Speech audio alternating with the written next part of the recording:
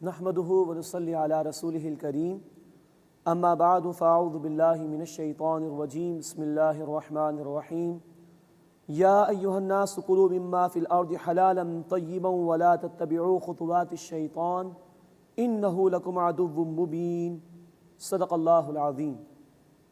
سورۃ البقرہ آیت نمبر 168 سے ہم اپنا مطالعہ شروع کر رہے ہیں۔ اب اہل ایمان کو حلال و حرام کے ضمن میں کچھ احکامات اللہ کی طرف سے عطا کیے جا رہے ہیں۔ یا ایھا الناس، اے انسانوں، کلوا مما فی الارض حلالا طیبا، کھاؤ اس میں سے جو زمین میں ہے حلال اور طیب۔ جو شے کھائی جائے وہ از خود حلال ہونی چاہیے، اور طیب سے مراد یہ ہے کہ وہ شرک سے بھی پاک ہو، اللہ کے سوا کسی اور کو راضی کرنے کے لیے کوئی جانور ذبح نہ کیا جائے، اور نمبر 2 وہ حرام کمائی سے بھی پاک ہونا چاہیے۔ کلوا مما فی الارض حلالا طیبا، اس میں سے کھاؤ جو زمین میں ہے حلال اور طیب، ولا تتبعوا خطوات الشیطان، اور شیطان کے نقش قدم کی پیروی نہ کرو، انہ لکم عدو مبین، بے شک وہ تمہارا کھلا دشمن ہے۔ مراد یہ ہے کہ مال حرام یہ شیطانی عمل ہے، رزق حلال کو چھوڑ کر رزق حرام کی طرف توجہ کرنا یہ شیطان کا طرز عمل ہے، اس سے بچنے کی کوشش کرو۔ انہ لکم عدو مبین، بے شک وہ تمہارا کھلا دشمن ہے۔ انما یأمرکم بالسوء والفحشاء، بے شک وہ تمہیں برائی کا اور بے حیائی کا حکم دیتا ہے۔ وَأَن تَقُولُوا عَلَى اللَّهِ مَا لَا تَعْلَمُونَ، اور یہ کہ تم اللہ کے بارے میں وہ کچھ کہو جو تم جانتے نہیں ہو۔ یہ ہے شیطان کی دعوت کہ وہ برائی کا اور بے حیائی کا حکم انسانوں کو دیا کرتا ہے، اور مال حرام کی طرف ان کو بڑھانے کی کوشش کیا کرتا ہے، جبکہ رب کائنات کی رحمان کی دعوت یہ ہے جو آئی ہے سورہ النحل آیت نمبر 90 میں، وَيَنْهَا عَنِ الْفَحْشَاءِ وَالْمُنْكَرِ وَالْبَغْيِ، اللہ منع فرماتا ہے فحش باتوں سے، منکر یعنی برائیوں سے، اور زیادتی کے کاموں سے۔ تو بندہ مومن کے لیے صحیح طرز عمل یہی ہے کہ وہ رحمان کی دعوت کو قبول کرے، بے حیائی اور بری باتوں سے بچنے کی کوشش کرے۔ یہ تو شیطان کی دعوت ہے کہ بے حیائی اور برائی کی طرف انسان کو ورگلانے کی کوشش کرتا ہے۔ وَإِذَا قِيلَ لَهُمُ اتَّبِعُوا مَا أَنزَلَ اللَّهُ، اور جب انہیں کہا جاتا ہے کہ اس کی پیروی کرو جو اللہ نے نازل فرمایا، قالوا، وہ کہتے ہیں، بل نتبع ما الفینا علیہ آباءنا، بلکہ ہم تو اسی کی پیروی کریں گے جس پر ہم نے اپنے باپ دادا کو پایا۔ اولو کان آباؤہم لا یعقلون شیئا ولا یہتدون، بھلا اگرچہ ان کے باپ دادا نہ کچھ سمجھ رکھتے ہوں اور نہ ہی ہدایت یافتہ ہوں، تب بھی ان کی پیروی کریں گے۔ یہ تاریخ انسانی میں بہت بڑی گمراہی رہی ہے انسانیت کی، کہ جب حق سامنے آ جائے تو اس سے فرار اختیار کرتے ہیں، اور دلیل یہ پیش کرتے ہیں کہ باپ دادا تو ایسا نہیں کرتے تھے۔ مشرکین مکہ بھی یہی کہتے تھے، اور آج کے دور میں بھی جب لوگوں سے کہا جاتا ہے بھائی قرآن کا حکم یہ ہے، اللہ کے رسول صلی اللہ علیہ وسلم کی سنت سے ہمیں یہ ثبوت ملتا ہے، لوگ کہتے ہیں باپ دادا تو کچھ اور کرتے تھے۔ تو یہ باپ دادا کی اندھی تقلید، قرآن نے کہا چاہے وہ عقل نہ رکھتے ہوں، وہ ہدایت پر نہ ہوں، تب بھی ان کی اندھی تقلید کرو گے۔ اس اندھی تقلید سے منع کیا گیا، اور یہی اندھی تقلید ہے جو انسان کو حق کے راستے سے دور کر دیتی ہے اور گمراہی کے راستے پر اس کو گامزن کر دیتی ہے۔ اللہ ہمیں حق کو قبول کرنے کی توفیق عطا فرمائے اور اس کے تقاضوں پر عمل کرنے کی توفیق عطا فرمائے۔ وَمَثَلُ الَّذِينَ كَفَرُوا، اور مثال ان لوگوں کی جنہوں نے کفر کیا، كَمَثَلِ الَّذِي يَنْعِقُ، ایسی ہے کہ ایک شخص جو پکارتا ہے بِمَا لَا يَسْمَعُ إِلَّا دُعَاءً وَنِدَاءً، انہیں جو نہیں سنتے سوائے پکارنے اور چلانے کی۔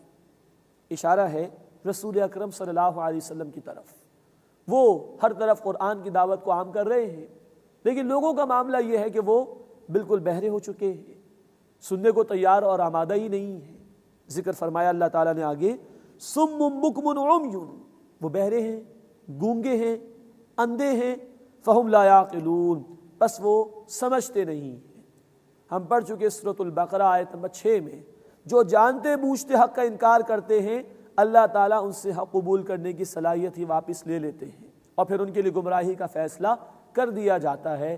اللہ اس انجام بس سے ہماری حفاظت فرمائے۔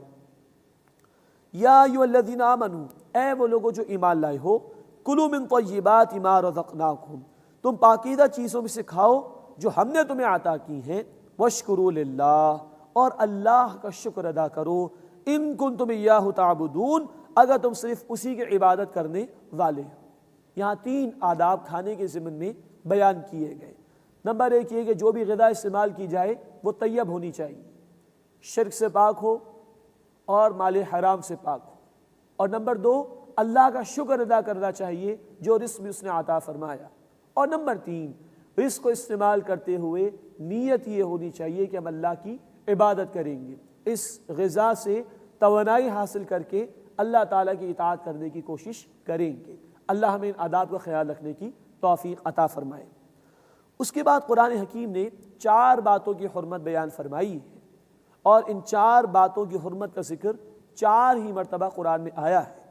اس وقت ہم پڑھ رہے ہیں سورۃ البقرہ آیت نمبر 173، پھر انشاءاللہ ہم پڑھیں گے سورۃ المائدہ آیت نمبر 3، پھر تیسری مرتبہ سورۃ الانعام آیت نمبر 146، اور چوتھی اور آخری مرتبہ سورۃ النحل آیت نمبر 115 میں 4 باتوں کی حرمت 4 ہی مرتبہ قرآن میں آئی ہے۔ فرمایا انما حرم علیکم المیتۃ، بے شک اللہ نے تم پر حرام فرمایا ہے مردار کو۔ اس کی مزید کچھ تفصیل سورۃ الانعام میں انشاءاللہ تعالی آئے گی۔ وہ جانور جو از خود مر جائے، وہ دم، اور اللہ نے خون کو حرام قرار دیا۔ مراد ہے کہ جانور کو جب ذبح کیا جائے تو جو بہنے والا خون ہے، جس کی وضاحت سورۃ الانعام آیت 146 میں آئی ہے کہ بہنے والا خون وہ حرام ہے۔ ولحم الخنزیر، اور سور کے گوشت کو حرام قرار دیا گیا۔ ایک غلط فہمی ہمارے معاشرے میں ہے کہ یہ سور کا لفظ زبان پر نہیں لانا چاہیے، وہ کہ بڑا ہی ناپاک جانور ہے، لیکن زبان پر اس کا لفظ آ جانے سے جو غلط فہمی مشہور ہے کہ زبان ناپاک ہو جاتی ہے، کئی دن تک عبادت قبول نہیں ہوتی، یہ بات درست نہیں۔ قرآن میں کئی مرتبہ یہ لفظ استعمال کیا گیا، اب چاہے وہ عربی میں استعمال ہو یا کسی اور زبان میں استعمال ہو، وہ جانور تو وہی جانور رہے گا۔ بہرحال خنزیر کا، سور کا گوشت حرام ہے، وہ کامل طور پر ناپاک ہے، اس میں مائکروبس بھی ہیں اور دیگر وہ اجزائیں جو انسانی صحت کے لیے نقصان دہ ہیں۔ اور پھر یہ تمام جانوروں میں سب سے زیادہ بے حیا ترین جانور ہے، جس کے اثرات ان اقوام میں ہم دیکھ سکتے ہیں جہاں اس کے گوشت کو کثرت سے استعمال کیا جاتا ہے۔ تو تیسری چیز جو حرام کی گئی، فرمایا ولحم الخنزیر، اور سور کا گوشت، وما اہل بہ لغیر اللہ، اور جس جانور پر اللہ کے سوا کسی اور کا نام پکارا گیا ہو۔ یعنی کوئی جانور تو ذبح ہو رہا ہے وہ حلال ہے، لیکن نیت کسی اور کی قربت حاصل کرنے کی نیت ہے تو یہ درست نہیں ہے۔ یہ 4 باتیں عرب میں رائج تھیں، اس لیے اللہ نے ان 4 کا ذکر فرمایا۔ اس کا یہ قطعاً مطلب نہیں کہ اس کے علاوہ کوئی شے حرام نہیں، یہ 4 چیزیں کثرت سے اس معاشرے میں رائج تھیں تو قرآن نے اس کا بار بار ذکر فرمایا۔ وما اہل بہ لغیر اللہ، اور وہ جانور کہ جس پر اللہ کے سوا کسی اور کا نام لیا گیا ہو۔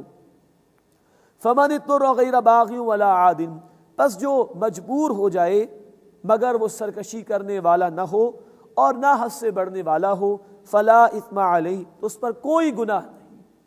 اب یہ ہمارے دین کی فلیکسیبلٹی ہے، خوبصورتی ہے۔ مجبوری ہے، جان جا رہی ہے، حرام کے سوا کوئی شے موجود نہیں، استفادہ کر لو، جان بچانا فرض ہے، ضروری ہے۔ ہاں، سرکشی کا ارادہ نہ کرنا اور ضرورت سے زیادہ استعمال نہ کرنا تو کوئی حرج کی بات نہیں ہے۔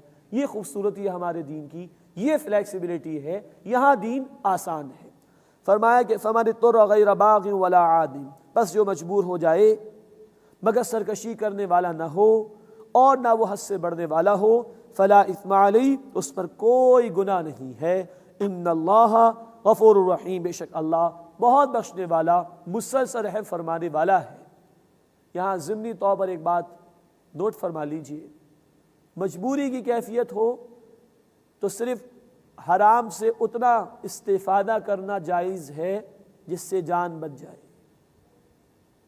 اسی طرح سمجھ لیجئے، جب باطل کا نظام غالب ہو، اللہ کی حاکمیت تسلیم نہ کی جا رہی ہو، اللہ کے احکامات کا نفاذ نہ ہو، تو ایسا نظام باطل نظام ہے، کفریہ نظام ہے۔ اس میں کسی کی بھی آمدنی 100% حلال نہیں ہو سکتی۔ جیسے سود ہے وہ تو جا ہی رہا ہے، لباس میں، غذا میں اور دیگر طریقوں سے۔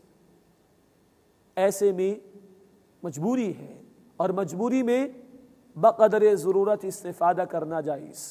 آج بھی باطل کا نظام غالب ہے، ایسے میں بس ضرورت کی حد تک ہم دنیا سے استفادہ کریں اور اپنی میکسیمم ایفرٹس کو، اسباب کو، صلاحیتوں کو لگائیں اور کھپائیں اللہ کے دین کی سربلندی کے لیے۔ اللہ ہمیں اس کی توفیق عطا فرمائے۔ ان اللہ غفور الرحیم، بے شک اللہ بہت بخشنے والا، مسلسل رحم فرمانے والا ہے۔ اس کے بعد بتایا جا رہا ہے ایک حرام وہ ہے جو مذہبی طبقات میں کھایا جاتا ہے، اللہ کی کتاب کو چھپا کر، اللہ کے احکامات کو فراموش کر کے، اللہ کے دین کو لوگوں سے چھپا کر جب دنیا کمائی جائے تو یہ وہ حرام ہے جو مذہبی طبقات میں کھایا جاتا ہے۔ فرمایا ان الذین یکتمون ما انزل اللہ من الکتاب، بے شک جو لوگ چھپاتے ہیں وہ جو اللہ نے کتاب میں سے نازل فرمایا، وَيَشْتَرُونَ بِهِ ثَمَنًا قَلِيلًا، اور اس کے ذریعے سے تھوڑی سی قیمت حاصل کرنا چاہتے ہیں، أُولَٰئِكَ مَا يَأْكُلُونَ فِي بُطُونِهِمْ إِلَّا النَّارِ، یہ وہ لوگ ہیں جو اپنے پیٹوں میں صرف آگ بھرتے ہیں، وَلَا يُكَلِّمُهُمُ اللَّهُ يَوْمَ الْقِيَامَةِ، اور اللہ ان سے قیامت کے دن بات نہیں کرے گا، وَلَا يُزَكِّيهِمْ، اور نہ انہیں پاک کرے گا، وَلَهُمْ عَذَابٌ أَلِيمٌ، اور ان کے لیے دردناک عذاب ہے۔ یہ بہت ہلا دینے والی آیت ہے قرآن کی۔ اہل کتاب کے علماء بھی تھے جنہوں نے حق کو چھپایا دنیا کی معمولی سی دولت کی خاطر، وہ اللہ کے عذاب میں گرفتار ہوئے۔ آج بھی وہ مذہبی طبقات جن کو اصطلاح میں علماء سو کہا جاتا ہے، برے علماء جو حق کو چھپاتے ہیں، گڈمٹ کر دیتے ہیں، دربانی قسم کے علماء جو ہوتے ہیں علماء سو، برے علماء، ان کے لیے بھی آیت صادق آتی ہے۔ یہ وہ حرام ہے جو مذہبی طبقات میں کھایا جا سکتا ہے، کھایا جاتا ہے۔ جب دنیا کی محبت دلوں میں رچ بس جائے تو دین کے تقاضے فراموش کر دیے جاتے ہیں۔ اللہ اس امت کی اس سے حفاظت فرمائے اور ہم سب کو ہدایت عطا فرمائے، ہر قسم کے مال حرام سے اللہ تعالی ہماری حفاظت فرمائے۔ اولئک الذین اشتروا الضلالۃ بالہدی، یہ وہ لوگ ہیں جنہوں نے ہدایت کے بدلے گمراہی مول لی، والعذاب بالمغفرہ، اور مغفرت کے بدلے عذاب، فما اصبرہم علی النار، تعجب کا صیغہ قرآن نے استعمال کیا، تو کس قدر وہ آگ پر صبر کرنے والے۔ اللہ کی کتاب کو چھپا رہے، اللہ کے دین کو چھپا رہے، حق کو بیان نہیں کر رہے، کیا ان میں حوصلہ ہے آگ کو برداشت کرنے کا؟ اللہم اجرنا من النار، اے اللہ ہمیں آگ کے عذاب سے محفوظ فرما۔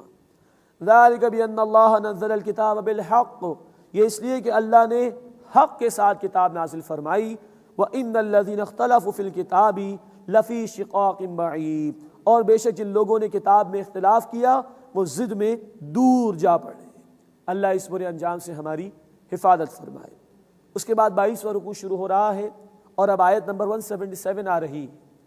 یہ دوسری طویل آیت ہے جو اس سلسلہ کلام میں آ رہی، یہ دوسرا نگینہ اور موتی ہے جو 5 میں سے ایک ہے جو اب اس مقام پر ہم پڑھ رہے ہیں۔ اس آیت کا موضوع ہے آیت البر، بر کہتے ہیں نیکی کو۔ آیت البر وہ آیت جس میں نیکی کی حقیقت بیان کی گئی، قرآن کی بہت ہی جامع آیت ہے، اس معنی میں کہ قرآن کی دعوت کا خلاصہ بڑی جامعیت کے ساتھ چند الفاظ میں اللہ تعالیٰ نے اس مقام پر بیان فرمایا لیس البر ان تولوا وجوہکم قبل المشرق والمغرب، نیکی صرف یہی نہیں کہ تم اپنے چہرے مشرق یا مغرب کی طرف پھیر لو۔ اصل میں یہ ایک ذہنیت ہے جس کی نفی کی جا رہی ہے۔ ہم پڑھ چکے ہیں اسی سورۃ البقرہ میں آیت نمبر 142 میں ذکر آ چکا کہ یہود نے اعتراض کیا، بھئی یہ کیسے مسلمان ہیں کہ ان کا قبلہ ہی بدلتا رہتا ہے۔ اس کی نفی کی جا رہی ہے کہ تم نے چند ظاہری باتوں کو کل نیکی سمجھ لیا۔ یہ ذہنیت پیدا ہو جاتی ہے، چند ظاہری چیزوں اور ریچولز کو ہی کل نیکی کل دین سمجھ لیا جاتا ہے اور حقیقت کی طرف سے نگاہوں کو پھیر لیا جاتا ہے۔ جیسے آج ہمارے معاشرے میں بھی کچھ لوگ ہیں جو صرف نماز کو ہی نیکی سمجھتے ہیں، اس کے بعد کاروباری معاملات میں حلال ہے کہ حرام کوئی فکر نہیں۔ کچھ وہ لوگ ہیں جو کہتے ہیں کہ 9 to 5 ڈیوٹی صحیح طرح ادا کرنی چاہیے لیکن نماز کا کوئی لحاظ ہی نہیں ہوتا۔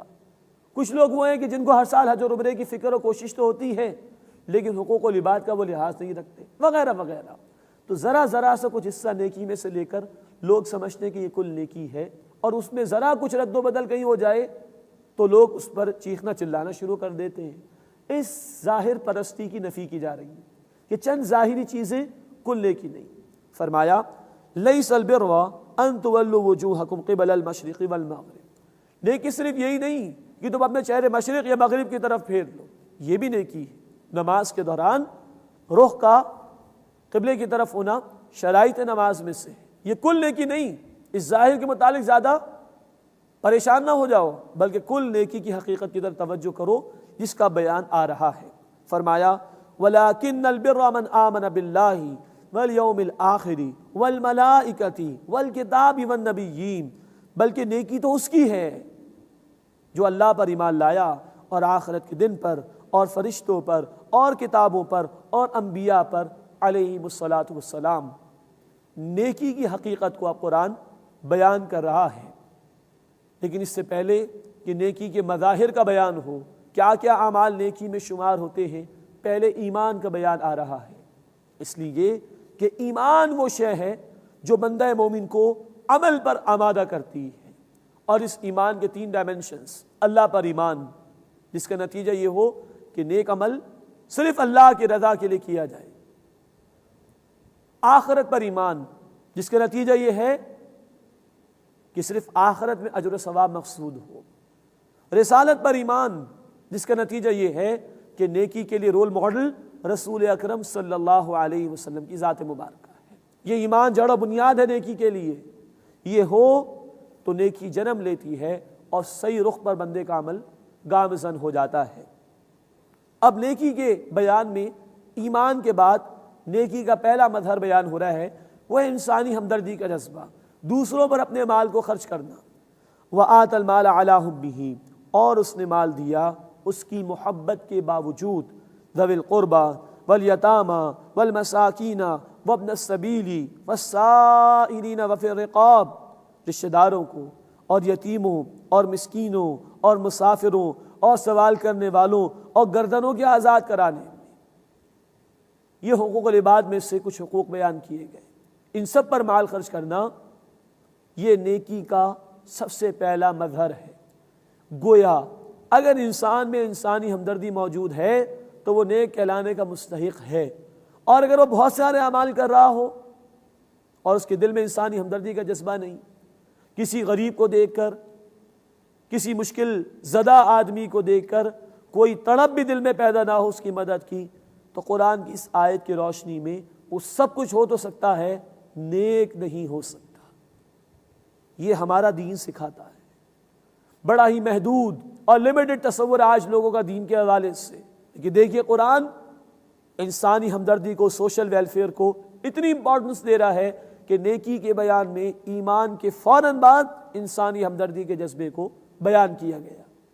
فرمایا وَأَقَامَ الصَّلَاةَ وَآتَى الزَّكَاةَ، اور قائم کی اس نے نماز اور ادا کی اس نے زکوٰۃ. اب عبادات کا بیان، جہاں بندوں کے حقوق ادا کرنا ضروری، وہاں رب کے حقوق کا مطالبہ بھی ہے دین نے کیا ہے. قائم کی اس نے نماز اور ادا کی اس نے زکوٰۃ. یہ ہے دین میں اہمیت اور نیکی کی الیبوریشن جو قرآن دے رہا ہے. صرف لوگوں کی مدد کرنا ہی کافی نہیں، اللہ کے حقوق ادا کرنا بھی ضروری. ہاں، نیکی کے لیے موٹیویشن ایمان، اس ایمان کی آبیاری کے لیے نماز. بار بار بندہ اپنے عہد کو اللہ کے سامنے تازہ کرتا ہے. ایاک نعبد و ایاک نستعین، اے اللہ ہم تیری ہی عبادت کرتے ہیں اور کریں گے، اور تجھ ہی سے مدد مانگتے ہیں اور مانگیں گے. یہ ایمان کی آبیاری، اپنے عہد کی آبیاری نماز کے قیام کے ذریعے سے. اور ایمان کے فوراً بعد انسانی ہمدردی کا جذبہ، مال کا خرچ کرنا لوگوں پر، اس جذبے کی ایک اینول آبیاری کے لیے، ایک سالانہ یاد دہانی کے لیے زکوٰۃ کی ادائیگی. محنت سے کمایا ہوا مال اللہ کے راستے میں خرچ کرو، تب یہ مال کی محبت بھی دل سے نکلے گی اور دوسروں کی مدد کرنے کا جذبہ بھی تر و تازہ رہے گا اور پروان چڑھے گا. وَأَقَامَ الصَّلَاةَ وَآتَى الزَّكَاةَ، اور قائم کی اس نے نماز اور ادا کی اس نے زکوٰۃ. وَالْمُوفُونَ بِعَهْدِهِمْ إِذَا عَاهَدُوا، اور وہ وعدے کو پورا کرتے ہیں اپنے، جب بھی وعدہ کر لیتے ہیں۔ اب معاملات کا بیان آ رہا ہے۔ انسان کے تمام معاملات کی جڑ و بنیاد میں کوئی نہ کوئی پرومس، کوئی نہ کوئی وعدہ موجود ہوتا ہے۔ وعدہ اللہ سے بھی، اس کی بندگی کا وعدہ، اس کے اطاعت کا وعدہ، اشہد ان لا الہ الا اللہ، میں گواہی دیتا ہوں کہ اللہ کے سوا کوئی معبود نہیں۔ لائف ٹائم کا وعدہ، اب عبادت اللہ کی ہوگی، محبت کے جذبے کے ساتھ اس کی اطاعت پوری زندگی اس پہ کور ہوگی۔ وعدہ بندوں سے بھی ہوتا ہے، کچھ وعدے لکھے جاتے ہیں، ان رائٹنگ ایگریمنٹ تیار کیے جاتے ہیں، امپلائر کا امپلائی کے ساتھ، کمپنی کا کمپنی کے ساتھ، گورنمنٹ کا گورنمنٹ کے ساتھ۔ یہ سارے وعدے ریٹن ایگریمنٹس، ان کی پاسداری بھی ضروری ہے۔ کچھ وعدے امپلائڈ ہوتے ہیں، سوسائٹی ہم پر امپوز کرتی ہے۔ والدین بچوں کی پرورش کریں گے، کسی ڈاکیومنٹ کی ضرورت نہیں۔ اولاد ماں باپ کی فرما برداری کرے گی، خدمت کرے گی، کسی ڈاکیومنٹ کی ضرورت نہیں۔ یہ امپلائڈ ایگریمنٹ ہیں، سوسائٹی ہم پر امپوز کرتی ہے۔ اور کچھ وعدے انسان اپنے آپ سے بھی کرتا ہے، اللہ آئندہ فلاں گناہ نہیں کروں گا، اللہ آئندہ فلاں عمل ضرور کروں گا۔ تو وعدہ اللہ سے بھی، بندوں سے بھی، اپنے آپ سے بھی، ان سب کو کور کیا گیا وعدے کے ذریعے سے، یعنی تمام معاملات انسانی کو کور کیا گیا وعدے کے بیان کے ذریعے سے۔ فرمایا وَالْمُوفُونَ بِعَهْدِهِمْ إِذَا عَاهَدُوا، اور وہ اپنے وعدے کو پورا کرتے ہیں جب وہ وعدہ کر لیتے ہیں۔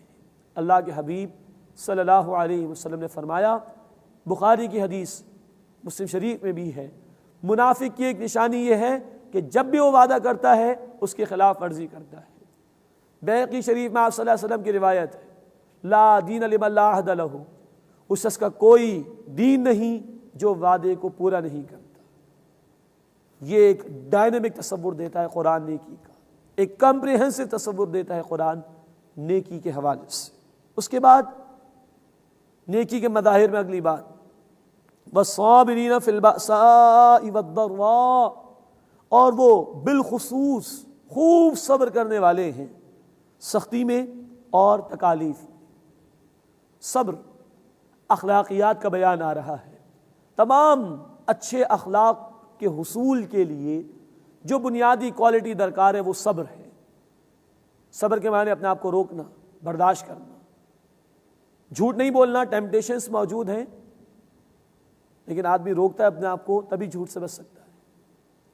تمام اچھے اخلاق کے حصول کے لیے اور تمام برے اخلاق سے بچنے کے لیے جو بنیادی کوالٹی درکار ہے وہ صبر ہے۔ یہ صبر ہوگا تو اچھے اخلاق کا مظاہرہ بھی ہوگا اور برے اخلاق سے انسان بچ بھی سکے گا۔ وَالصَّابِرِينَ فِي الْبَأْسَاءِ وَالضَّرَّاءِ، اور بالخصوص وہ خوب صبر کرنے والے ہیں سختی اور تکالیف میں۔ وَحِينَ الْبَأْسِ، اور جنگ کے موقع پر بھی۔ یہ عجیب بات قرآن نے کہی، جنگ کا موقع، نیک آدمی کا بیان، نیک آدمی جنگ بھی کرتا ہے۔ قرآن اس کا جواب دیتا ہے کہ ہاں، نیک آدمی کی جنگ بھی ہوتی ہے، اور اسلام کی تعلیمات میں جو نیکی کا نقطہ عروج ہے، فلسفہ اخلاق کا جو کلائمیکس ہے، وہ ہے باطل نظام کے مقابلے میں پنجہ آزمائی کرنا اور اس باطل نظام کو ختم کرنے کی کوشش اور جد و جہد کرنا۔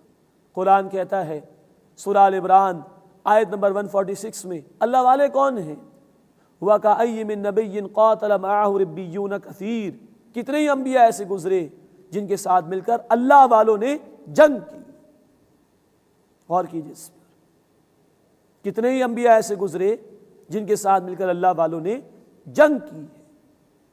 اسی طرح اللہ تعالیٰ فرماتے ہیں سورہ الصف آیت نمبر 4 میں، ان اللہ یحب الذین یقاتلون فی سبیلہ صفا کأنہم بنیان مرصوص، بے شک اللہ ان لوگوں سے محبت فرماتا ہے جو اس کے راستے میں صفے باندھ کر قتال کرتے ہیں، گویا کہ وہ مضبوط سیسا پلائی ہوئی دیوار کی مانند۔ یہ انقلابی تصور ہے نیکی کا جو قرآن دیتا ہے۔ ہمارا بڑا محدود تصور ہے نیکی کا، چند نمازیں ادا کر لی لوگ اس پر مطمئن، کبھی زندگی میں حج اور عمرہ ادا کر لیا لوگ اس پر مطمئن، کچھ ریچولز ادا کر لیے لوگ اس پر مطمئن، اور اوپر باطل کا نظام ہو اس پر خوش بیٹھے ہوئے۔ باطل کے اقتدار میں تقویٰ کی آرزو، کتنا ہنسی فریب ہے جو کھا رہے ہیں ہم۔ نہیں، قرآن نیک آدمی کے لیے جنگ کرنے کا حکم بھی دیتا ہے، اور وہ اس لیے کہ زمین سے ظلم ختم ہو اور نظام اللہ کے لیے ہو جائے۔ قرآن نے کہا سورۃ البقرہ آیت 193 اور سورہ انفال آیت نمبر 39 میں، سورہ انفال کے الفاظ عرض کر رہا ہوں، وَقَاتِلُوهُمْ حَتَّى لَا تَكُونَ فِتْنَةٌ وَيَكُونَ الدِّينُ كُلُّهُ لِلَّهِ، اور قتال کرو ان کے خلاف، جنگ کرو ان کے خلاف، یہاں تک کہ کوئی فتنہ باقی نہ رہے۔ فتنہ وہ حالات کہ جب اللہ کی کامل بندگی ممکن نہ ہو سکے، اس کو ختم کرنے کے لیے، باطل کے جبر کو ختم کرنے کے لیے قتال کا حکم ہے، اور نیک آدمی کی جنگ اللہ کے دین کی سربلندی کے لیے ہوتی ہے۔ فرمایا وَالصَّابِرِينَ فِي الْبَأْسَاءِ وَالضَّرَّاءِ وَحِينَ الْبَأْسِ، اور بالخصوص وہ صبر کرنے والے ہیں سختی میں اور تکالیف میں اور جنگ کے موقع پر۔ اولئک الذین صدقوا، یہی وہ لوگ ہیں جو سچے ہوئے، یہ اپنے نیکی کے دعوے میں سچے ہیں، یہ واقعتاً نیک ہے۔ وَأُولَئِکَ هُمُ الْمُتَّقُونَ، اور یہی لوگ تقوی اختیار کرنے والے ہیں، وہ تقوی جس کی بنیاد پر قرآن سے ہدایت ملے گی۔ ھدی للمتقین سورۃ البقرہ آیت نمبر 2، یہ تقوی اختیار کرنے والوں کے لیے ہدایت ہے۔ وہ تقوی چند ظاہری چیزوں کا نام نہیں، وہ نیکی کے اس کامل تصور کو اختیار کرنے کا نام ہے۔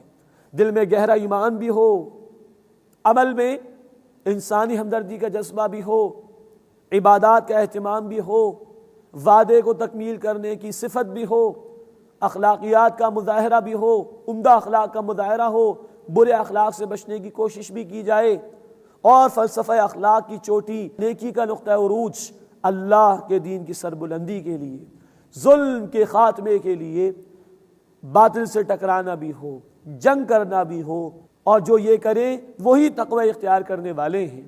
اللہ تعالی ہمیں نیکی کے اس جامع تصور کو سمجھنے اور اس کے مطابق واقعتاً نیک بننے کی توفیق عطا فرمائے۔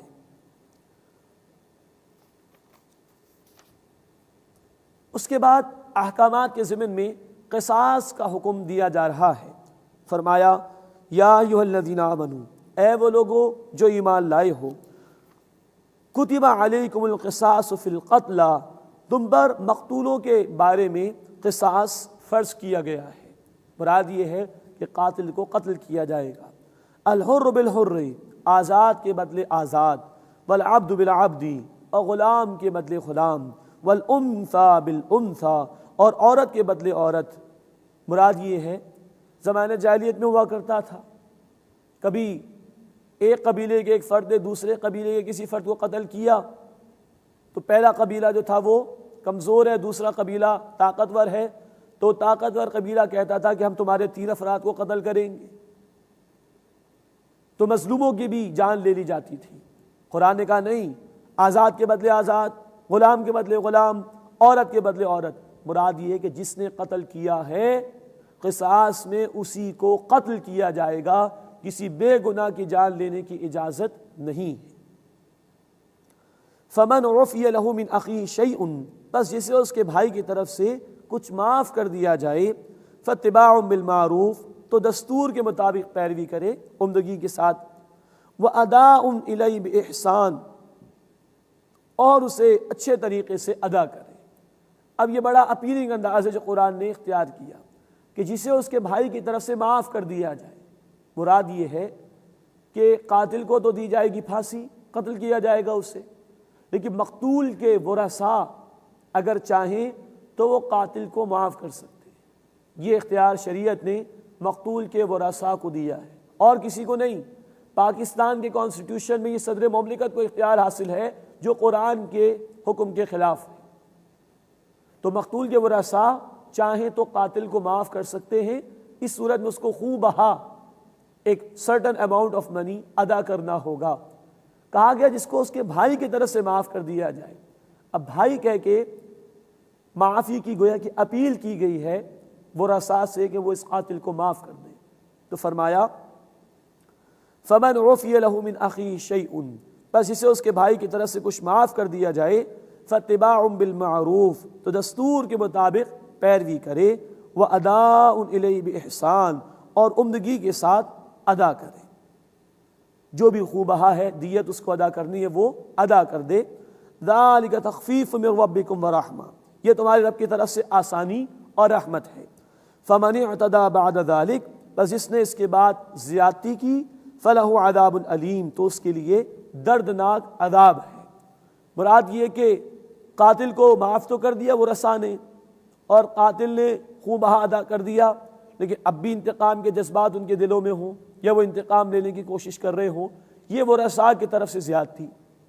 یا قاتل کو معاف تو کر دیا وہ رسا نے، لیکن قاتل خوب بہا ادا نہ کرے وہ رسا کو، یہ اس کی طرف سے زیادتی ہے، اس سے منع کیا گیا۔ فمن اعتدی بعد ذلک، بس جس نے اس کے بعد زیادتی کی، فلہ عذاب علیم، تو اس کے لیے دردناک عذاب ہے۔ اور اس کے بعد قصاص کے حکم کی اہمیت کو اور اس کی حکمت کو بیان کیا جا رہا ہے۔ وَلَكُمْ فِي الْقِصَاصِ حَيَاةٌ يَا أُولِي الْأَلْبَابِ لَعَلَّكُمْ تَتَّقُونَ، اور تمہارے لیے اے عقل مندوں قصاص میں زندگی ہے تاکہ تم بچ سکو۔ یہ انقلابی نظریہ دین نے دیا۔ انسانی تمدن سویلائزیشن کی بنیاد احترام انسانیت پر ہے۔ ایک انسان کے قتل سے یہ جڑ اور بنیاد تمدن کی کٹ جاتی ہے، اور معاشرہ فساد کا شکار ہوتا ہے۔ اس فساد سے معاشرے کو بچانے کے لیے دین نے قصاص کا حکم دیا ہے کہ اس قصاص کے حکم میں اے عقل مندوں تمہارے لیے زندگی ہے تاکہ تم بچ سکو۔ آج بعض لوگوں کو اسلام کی یہ سزائیں بڑی بری محسوس ہوتی ہے، معاذ اللہ، وہ ان کو وحشیانہ بھی کہہ جاتے ہیں، معاذ اللہ، حالانکہ قرآن کہہ رہا ہے کہ اس میں تمہارے لیے زندگی ہے۔ لوگوں کو قاتلوں سے تو بڑی محبت ہوتی کہ صاحب یہ بیچارہ پھانسی میں مارا جائے گا، لیکن جو قتل کر دیے گئے، جو مقتول ہیں اور اس کے ورثاء اور گھر والے ہیں، ان سے کسی کو محبت نہیں، ان کا کسی کو لحاظ نہیں، ان کا کسی کو خیال نہیں۔ قرآن کہہ رہا ہے کہ اے عقل مندوں تمہارے لیے اس قصاص میں زندگی ہے، لعلکم تتقون، تاکہ تم بچ سکو۔ مراد ہے کہ قتل و غارت گری سے بچ سکو۔ انہی احکامات کی برکات ہے کہ آج بھی پوری دنیا میں، سعودی عرب میں جہاں ان اسلامی سزاؤں کا نظام نافذ ہے، اس کی برکات ہے کہ کرائم ریٹ پوری دنیا میں سب سے کم سعودی عرب میں ہے۔ ایک امریکی صدر نے ایک سعودی فرما روا سے پوچھا کہ آپ یہ اتنی سخت سزائیں کیوں دیتے ہیں؟ کہا کہ انہی سزاؤں کی برکات ہے کہ تمہارے ہاں نیو یارک میں ایک دن میں جتنے جرائم ہو جاتے ہیں، ہمارا سعودی عرب میں بمشکل سال میں اتنے جرائم ہو پاتے ہیں۔ وَلَكُمْ فِي الْقِصَاصِ حَيَاةٌ يَا أُولِي الْأَلْبَابِ، اور اے عقل مندوں تمہارے لیے قصاص میں زندگی ہے، لَعَلَّكُمْ تَتَّقُونَ، تاکہ تم بچ سکو۔ اس دنیا کو اگر فساد سے ختم کرنا ہم چاہتے ہیں، ظلم اور بربریت کا خاتمہ چاہتے ہیں، لوگوں کی جان، مال، عزت و آبرو کا احترام اگر ہم چاہتے ہیں، حفاظت اگر ہم چاہتے ہیں، ان اسلامی سزاؤں کو نافذ کرنا پڑے گا۔ اس کے سوا کوئی وے آؤٹ انسانیت کے پاس نہیں ہے۔ اللہ ہمیں ان احکامات کا یقین عطا فرمائے اور ان کے نفاذ کی کوشش کرنے کی توفیق عطا فرمائے۔ اب وصیت کے حوالے سے ایک ابتدائی حکم کا بیان آ رہا ہے۔ کتب علیکم اذا حضر احدکم الموت، تم پر فرض کیا گیا ہے کہ جب تم میں سے کسی کو موت آئے، ان ترک خیرا الوصیہ، کہ اگر وہ مال چھوڑے تو وصیت کرنا ہے، للوالدین والاقربین بالمعروف، ماں باپ کے لیے اور رشتہ داروں کے لیے انصاف کے ساتھ بھلے طریقے پر، حقا علی المتقین، یہ لازم ہے تقوی اختیار کرنے والوں پر۔ لیکن نوٹ فرما لیجئے، یہ وصیت کے ضمن میں ابتدائی حکم تھا۔ پھر جب قرآن حکیم میں سورۃ النساء آیت نمبر 11 اور 12 میں تفصیل سے میراث کے احکامات بیان ہو گئے تو یہ آیت منسوخ ہو گئی۔ گویا اب فائنل حکم ترکے کی تقسیم کے حوالے سے وہ سورہ نساء میں دے دیا گیا، ورثاء کے حصے مقرر کر دیے گئے سورۃ النساء آیت نمبر 11 اور 12 میں، اور یہ حکم اب منسوخ سمجھا جائے گا۔ ہاں رسول اکرم صلی اللہ علیہ وسلم نے اپنی احادیث کے ذریعے سے وضاحت فرما دی کہ 1/3 مال کی حد تک غیر وارث کے لیے وصیت کی جا سکتی ہے۔ وارث کے حصے اللہ نے مقرر فرما دیے سورۃ النساء آیت نمبر 11 اور 12 میں۔ اب اگر کوئی شخص ایسا ہے کہ ایک شخص سمجھتا ہے کہ میرے انتقال کے بعد میرے ترکے میں سے اس کو مال دیا جانا چاہیے، یا وہ کسی ادارے کو پیسہ دینا چاہتا ہے، تو 1/3 مال کی حد تک وصیت کرنا غیر وارث کے لیے جائز ہے۔ اس سے زائد کی اجازت نہیں، تاکہ ورثاء کا حق نہ مارا جائے۔ بہرحال یہ آیت جو اس وقت زیر مطالعہ ہے، اس کو منسوخ سمجھا جائے گا، اور اس کے لیے ناسخ جو آیت ہے، آخری جو حکم ہے، وہ سورہ نساء آیت نمبر 11 اور 12 ہے۔ للوالدین والاقربین بالمعروف، ماں باپ کے لیے اور رشتہ داروں کے لیے بھلے طریقے پر انصاف کے ساتھ، حقا علی المتقین، یہ لازم ہے تقوی اختیار کرنے والوں پر۔ فمن بدلہ بعد ما سمعہ، پھر جو کوئی اسے بدل دے اس کے بعد کہ اس نے اس کو سنا، فإنما اثمہ علی الذین یبدلون، تو اس کا گناہ صرف ان لوگوں پر ہے جنہوں نے اسے بدلا۔ ان اللہ سمیع علیم، بے شک اللہ خوب سننے والا، علم رکھنے والا ہے۔ اب یہ وصیت کے مسائل، یہ میراث کے مسائل بڑے اہم ہیں۔ لوگ احتیاط نہیں کرتے اور دوسرے کا مال ہڑپ کر جاتے ہیں، کبھی یتیموں کا مال ہڑپ کر جاتے ہیں، کبھی وصیت میں غلط بیانی ہو جاتی ہے، یا کبھی وصیت پر صحیح طرح عمل درآمد نہیں ہوتا۔ اس سے منع کیا جا رہا ہے۔ فرمایا کہ جو کوئی اس وصیت کو بدل دے اس کے بعد کہ اس نے اس کو سنا، تو اس کا گناہ صرف ان لوگوں پر ہوگا جنہوں نے اسے بدل دیا۔ مرنے والے نے صحیح وصیت کی تھی، بعد میں پیچھے لوگوں نے غلط بیانی کی، صحیح طرح عمل درآمد نہیں کیا، تو وہ اس کے ذمہ دار ہوں گے۔ یہاں یہ بھی یاد رہے، وصیت میں غلط بیانی کرنا، کسی کو اس کے مقررہ حصے سے محروم کر دینا، میراث کے مال میں سے کسی کو محروم کر دینا، کسی کا مال ہڑپ کر جانا، ہمارے دین میں بہت بڑا جرم ہے۔ سورۃ النساء میں اور سورۃ الفجر کے آخر میں اس کو بہت بڑا جرم قرار دیا گیا ہے۔ ان اللہ سمیع علیم، بے شک اللہ تعالیٰ خوب سننے والا، علم رکھنے والا ہے۔ فمن خاف من موص جنفا او اثما، پس جو کوئی وصیت کرنے والے کی طرف سے طرفداری یا گناہ کا خوف کرے، فاصلح بینہم، پھر ان کے درمیان صلح کرا دے، فلا اثم علیہ، تو اس پر کوئی گناہ نہیں۔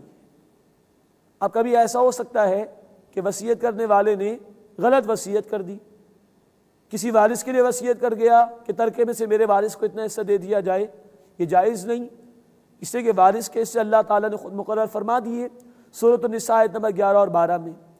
یا کسی نے 1/3 مال سے زیادہ وصیت کر دی، یہ بھی ظلم ہے، وارثوں کو حق مارا جائے گا۔ یا کسی نے گناہ کی بات کی وصیت کر دی، یہ تمام باتیں ایسی جو شریعت کے خلاف ہیں۔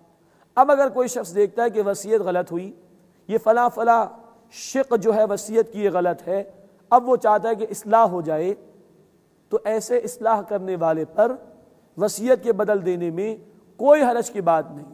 ظاہری بات ہے، نیت کیا ہے؟ اصلاح کرا دینا، حقدار کو اس کا حق دلا دینا، یہ ایک اچھا اور عمدہ عمل ہے، اس کے نتیجے میں کوئی گناہ لازم نہیں آئے گا۔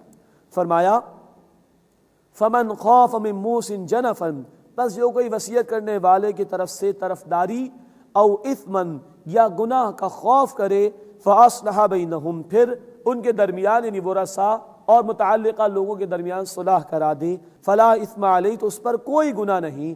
ان اللہ غفور الرحیم، بے شک اللہ تعالیٰ بہت بخشنے والا، مستعصی رحم فرمانے والا ہے۔ یہ اصلاح کا عمل ہمارے دین میں بڑا پسندیدہ ہے۔ سورہ الحجرات آیت نمبر 10 میں کہا گیا فَأَصْلِحُوا بَيْنَ أَخَوَيْكُمْ، اپنے دو بھائیوں کے درمیان صلح کرا دیا کرو۔ اور اللہ کے رسول صلی اللہ علیہ وسلم نے احادیث مبارکہ میں اس کی تلقین فرمائی ہے اور اس کے فضائل بھی بیان فرمائے ہیں۔ ایک حدیث مبارکہ میں آپ نے فرمایا کہ کیا تمہیں میں وہ بات بتاؤں جو نفل نماز، نفل روزے سے بھی زیادہ اہم ہے؟ صحابہ نے کہا یا رسول اللہ صلی اللہ علیہ وسلم ضرور فرمائیے۔ آپ صلی اللہ علیہ وسلم نے فرمایا تمہارا اپنے دو بھائیوں کے درمیان صلح کرا دینا یہ نفل نماز اور نفل روزے سے بھی زیادہ بہتر ہے۔ یہ ہیں معاملات زندگی جن کے لیے قرآن ہمیں رہنمائی دے رہا ہے ہدایت دے رہا ہے، یہ سراسر اللہ کے انعامات ہیں، یہ احکامات جن پر اگر آج عمل ہو تو ہمارے یہ فسادات ختم ہو جائیں، ہمارے معاشرے کی بے سکونی ختم ہو جائے۔ مسئلہ ہمارا یہ ہے کہ ان احکامات کو آج ہم نے فراموش کر دیا، اس لیے آج ہم طرح طرح کے فساد اور بے سکونی کا شکار ہیں۔ حل یہ کہ ان احکامات کو ان کی اسپرٹ میں لیا جائے، وہ قصاص کا حکم ہو، وہ نیکی کا جامع تصور ہو جو ہم نے سمجھا ہے، یا وہ وصیت کے احکامات ہوں وغیرہ وغیرہ۔ انہی پر عمل درآمد کرنے کے نتیجے میں اللہ کی رحمتیں ہمارے شامل حال ہوں گی۔ ان اللہ غفور الرحیم، بے شک اللہ تعالیٰ بہت بخشنے والا، مسلسل رحم فرمانے والا ہے۔ اللہ تعالیٰ ہمیں اپنی رحمت کا مستحق بننے کی توفیق عطا فرمائے۔ اللہ تعالیٰ ہمیں ان احکامات کو سمجھنے کی اور ان پر عمل کرنے کی اور عمل کرانے کی توفیق عطا فرمائے، آمین یا رب العالمین۔ وآخر دعوانا ان الحمد للہ رب العالمین۔